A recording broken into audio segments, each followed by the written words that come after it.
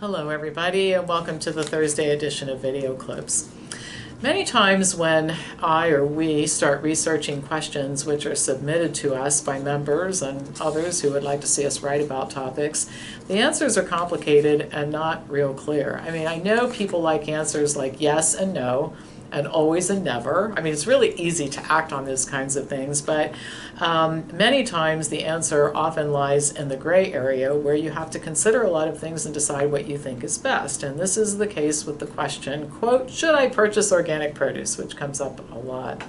There are many considerations, and the answer somewhat depends upon what's important to you. So I'll give you some perspective and some information I dug up that I think you will find interesting. So for almost 25 years, we've been advising people that organic farming is more sustainable, it's kinder to the environment. Buying organic food ensures that you're not going to be consuming genetically modified foods, which some people are very opposed to. The sprays used are generally assumed to be less harmful than those used in conventional farming, although there's another perspective on that too, which I'll talk about. But there are downsides to trying to eat only organic produce. One is the expense. Organic produce is not affordable for many people. Another issue is availability. While many stores are carrying a lot more organic produce than they used to, the selection is still limited. Then you get into the buying local, which is considered a good thing, but most of what I purchase locally at our farmers market, for example, is not organic. So you start asking the question, gosh, is it better to buy organic produce that's shipped in from California with a shorter shelf life and which involves the use of fossil fuels, or do I purchase locally grown food at the farmers market and you don't have the fossil fuels issue, but it's not organic? And the answers aren't as clear as we'd all like them to be. Now, there are two main sources of information about organic food and the use of pesticides and herbicides in farming. Well, there are a lot of them, but I think the two biggest players are the United States Department of Agriculture, or USDA, and the Environmental Working Group, or EWG. The USDA tests for pesticide residue on produce samples, and then the EWG periodically prepares a dirty dozen list of plant foods with the most pesticides and a clean 15 list of foods that are supposed to be safer to eat. Now, there are all kinds of problems with all of this, starting with the tests performed by the government agencies and then the way that the reports are prepared by both of these organizations and disseminated to the public. The most recent USDA report was issued in December of 2018 and included this statement: the U.S. food supply is among the safest in the world. It went on to say, this report shows that when pesticide residues are found on foods, they are nearly always at levels below the tolerances set by the U.S. Environmental Protection Agency. Over 99% of the products sampled through PDP had residues below the EPA tolerances. Now that all sounds really good, doesn't it? But there are a couple of caveats. One is that the USDA doesn't test for all pesticides. It does not, for example, test for glyphosate, the active ingredient in Roundup. Why is that? Well, it's based on the EPA's constant assurance that there is no reason to do such testing because there's no amount of glyphosate that is considered unsafe. Another problem is the EPA's assurance of safety for all pesticides. According to Marsha Williams, who's a former director of the EPA's Special Pesticide Review Division, quote, none of the 600 chemicals which have been registered have adequate data to support them. Well, let's shift over to the EWG and look at some of the issues associated with the way they prepare reports. It's clear, first of all, that the EWG wants to promote the purchase of organic foods, and that's fine. I think some of the way that they do this is a little disingenuous. For example, the website cites a study and it reports that people who consume, this is what EWG reports, consume the most organic produce get 25% fewer cancers than those who don't eat organic food. The data were reported in relative rather than absolute terms. The absolute risk reduction is 0.6%. So yes, the risk is lower for those for people who eat organic foods, but it is a really small risk reduction. And that's not to say that, that it isn't important if this is an important issue to you, but 0.6%, not so much. Additionally, the problem with this particular study that they cited is that the data were self-reported from the participants, which is always an issue.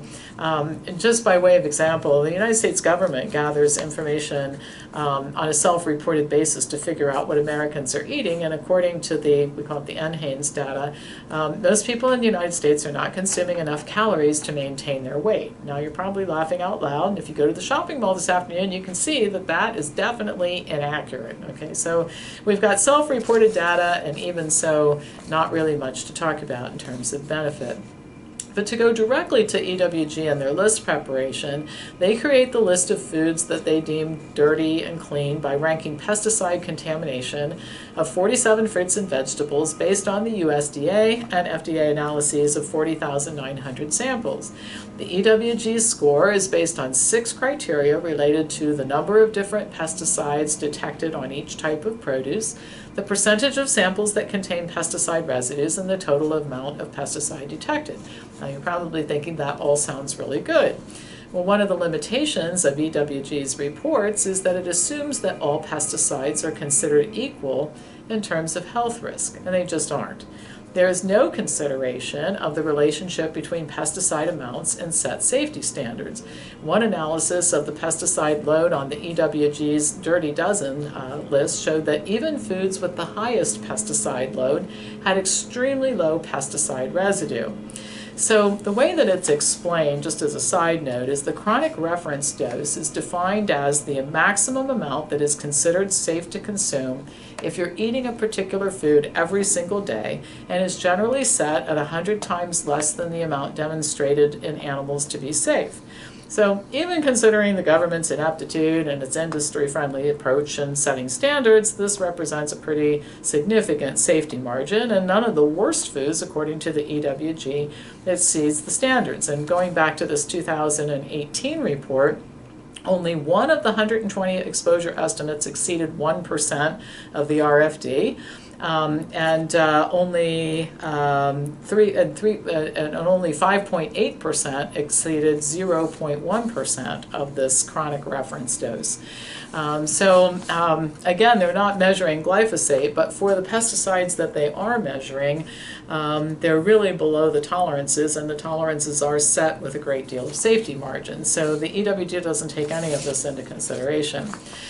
There are a lot of inconsistencies in the Clean 15 and the Dirty Dozen lists created by EWG. Cauliflower, for example, was rated number 11 on the clean list, and it's been shown to have more pesticide residue over 1/10 of tolerance than many other foods. Apples, which are number 5 on the Dirty Dozen, have 92% of detections below 1/10 of tolerance. In 2011, canned beets were not even listed on the Clean 15, even though an analysis of 756 samples found no residue. Yet another complication in trying to figure all of this out is that organic farming requires the use of pesticides too, and there are no restrictions from the government on how much of these pesticides can be used at all, and they're not tested for. A list of chemicals approved for use on organic farms includes ethanol, chlorine materials such as chlorine dioxide, and copper sulfate. These substances aren't regulated, but this does not necessarily mean that they're safe. In fact, some pesticides that were approved for use on organic farms were taken off the market. One notorious case is rhodonine, I think that is rhodonone, which was once used in organic farming and was found to be toxic to fish, to cause neurotoxic symptoms, and was linked to Parkinson's disease in humans. So the assumption is that organic pesticides are better, but that's not really necessarily the case. The assumption also is that organic pesticides are better for the environment, but some studies have shown otherwise. One research group concluded that all pesticides, including those used in organic farming, should be individually tested because assumptions of safety based on their general chemical origin are not always correct. The USDA, as I mentioned before, doesn't test for pesticide residues in organic farming based on the same flawed logic that exempts glyphosate, assumed to be safe. But as I mentioned, at least one pesticide has been taken off the market because it was assumed to be safe, but it actually wasn't safe. So what should we make of all this information? Now you're probably thinking, well, what does anybody do? Well, here's what I think the bottom line is. Conventionally grown produce is not as bad as some people say it is. Organic produce is not as good as some people say it is. There's one thing everybody does agree on, which is you need to eat the food. Produce is important for your health. Fruits and vegetables, more of them, very important for health. So my advice is purchase the best food that you can afford within your budget and in consideration of your own value system. I think at the very least we can conclude from all of this information that it's very important for people to be able to eat within their budget, and that most people cannot afford to eat all organic food.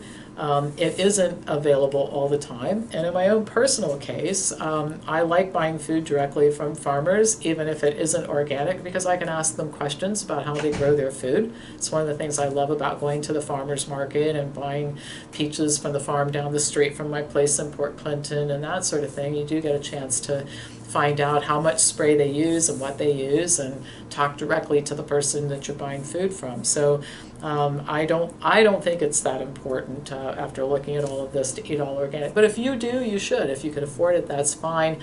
But I think, as I said, I can't really say yes, no, always, never. This is really one of those gray area issues. All right, hit subscribe if you aren't a subscriber to this YouTube channel. Pass it on to anybody who you think would enjoy watching it. And I will be back to you next week with more news.